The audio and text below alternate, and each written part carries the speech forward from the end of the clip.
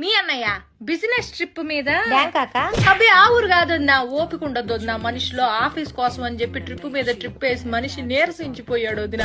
అందుకే ఈ దేశంలోనే అదేదో ఊరమ్మా, గోవా వెళ్తున్నాడు ఈ మధ్యన. ఆ ఊరు కంటే ఈ ఊరు ప్రయాణం సులువుట, చిటుకుమంటూ వెళ్తాడు వదిన. లగేజ్ కూడా పెద్దగా ఏం ఉండదు వదిన, 2 నిక్కర్లు పట్టుకెళ్తాడు. నిక్కర్లు ఏందయ్యా అంటే ఫార్నాలతో మీటింగ్ రాజ్యం, మామూలు విషయం కాదు, ఫ్యాషన్ గా ఉండాలంటాడు. ఫ్యాషన్ అని అల్లాడిపోతా ఉంటాడు మనిషి. ఆ ఊరు వెళ్ళేటప్పటికి ఒక్కసారి కూడా ఫోన్ కాల్ అవుతుంది నా, ఎప్పుడు చూసినా స్విచ్ ఆఫ్ అని వస్తుంది. ఏందండి స్విచ్ ఆఫ్ అంటే, రాజ్యం నేను చాలా లోతెట్టు ప్రాంతాల్లో ఉంటా, నాకు ఫోన్ చేయడానికి ప్రయత్నించబాక, మీకోసమేగా ఇదంతా అంటాడు.